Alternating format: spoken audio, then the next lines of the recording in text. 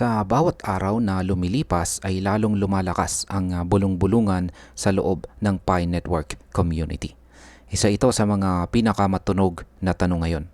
Magiging fully open source na nga ba si Pi Network sa darating na September 2025?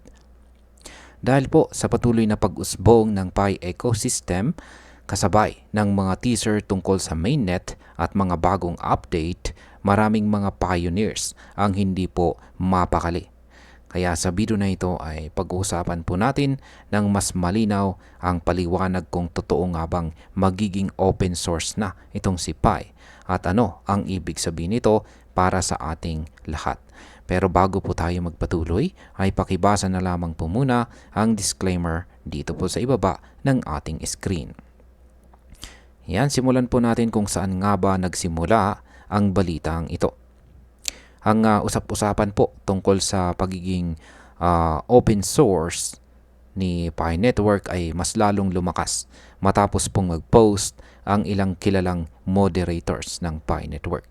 Isa po sa kanila ay si Shara Pai na ayon sa kanyang post sa X or dating Twitter ay maaaring maisakatuparan ang pagiging open source ni Pi Network sa mga buwan ng September.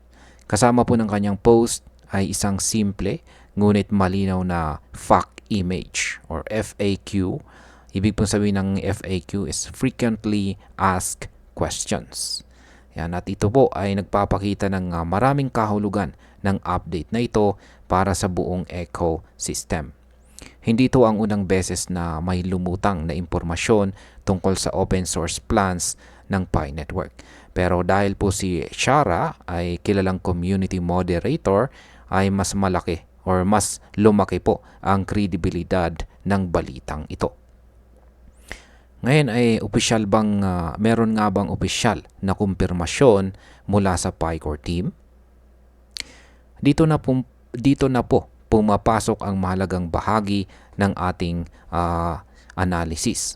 Hanggang ngayon po ay wala pa ring opisyal na kumpirmasyon mula sa PiCore team na nagsasabing magiging open source na sila sa buwan ng September.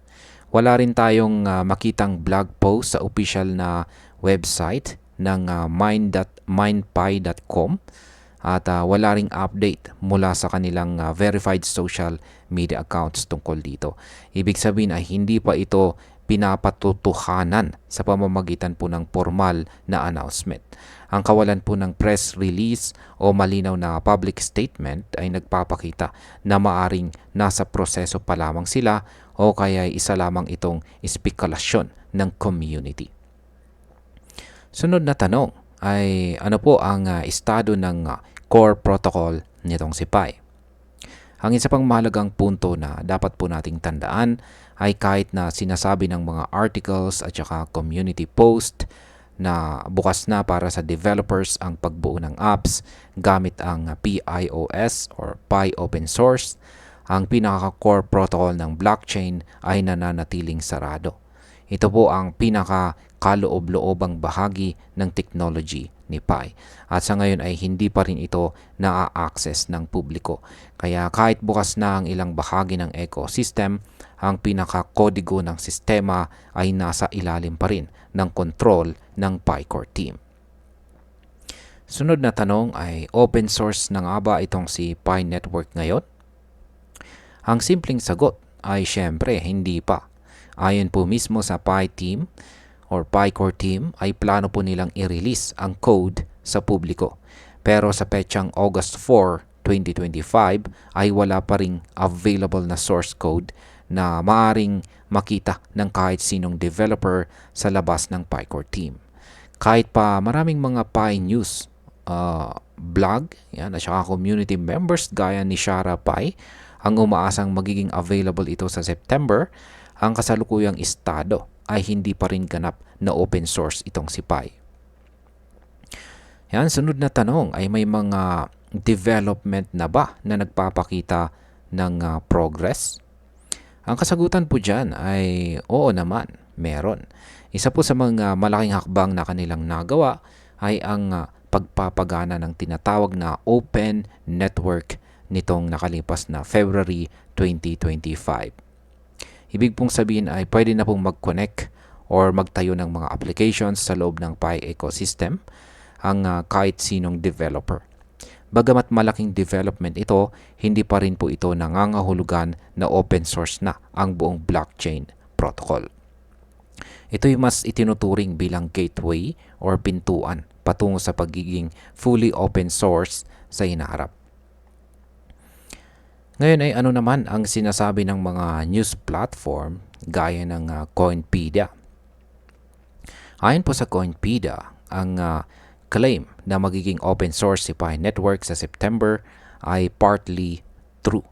Ibig pong sabihin yan ay hindi ito ganap na kasinungalingan pero hindi rin ito isang solid na katotohanan. Isa itong progress na tila papalapit na sa katotohanan pero hindi pa natatapos.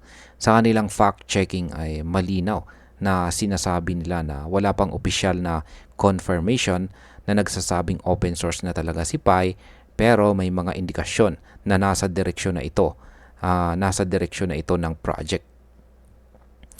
At ayan,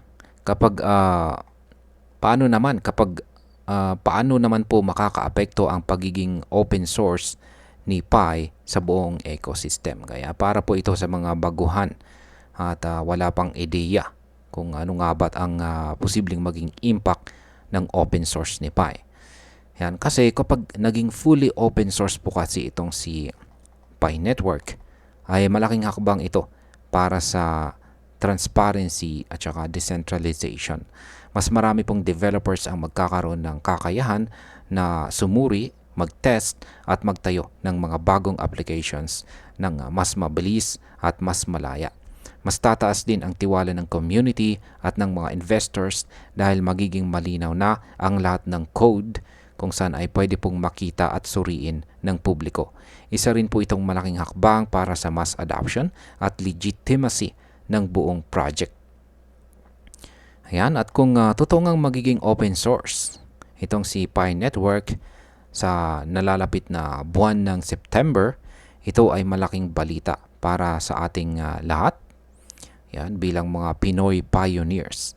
Una po sa lahat ay tataas ang kumpiyansa ng maraming developer dito sa Pilipinas na gumawa ng Pi-based applications. Pangalawa ay magiging mas malinaw po ang direksyon ng project. Mas malalaman natin kung saan po papunta si Pi Network at kung may future ba talaga ito. Pangatlo ay mas magiging bukas ang oportunidad para sa mga bagong project na konektado kay Pi at maaaring maging simula ito ng isang bagong crypto economy na pwedeng sumabog dito mismo sa ating bansa. At bilang panghuli, para sa akin ay exciting po ang posibilidad na ito. Ang pagiging open source ay hindi lang simpleng technical na bagay. Isa itong patunay ng transparency, ng pagtitiwala sa community at ng maturity ng isang project. Pero kailangan pa rin natin na maging maingat at mapanuri. Hindi po lahat ng bulong-bulungan or chismis ay dapat paniwalaan agad. Hanggat wala pong opisyal na announcement mula sa PiCore team, ay mas mainam po na tayo ay maghintay ng kumpirmasyon. Gayunpaman kung totoo nga ito, kung tunay na magiging fully open source itong si Pi sa September, tiyak na malaking hakbang ito patungo sa tunay na mainnet at global adoption. Isa po itong pagkakataon para sa mga Pinoy pioneers na mas maki-join or makisali at mas makabenepisyo sa potensyal ng technology na ito. At ayan, hanggang dito na lamang po tayo sa video na ito mga ka-crypto. Marami pong salamat sa panonood. Ingat po tayo lagi at God bless po sa ating lahat.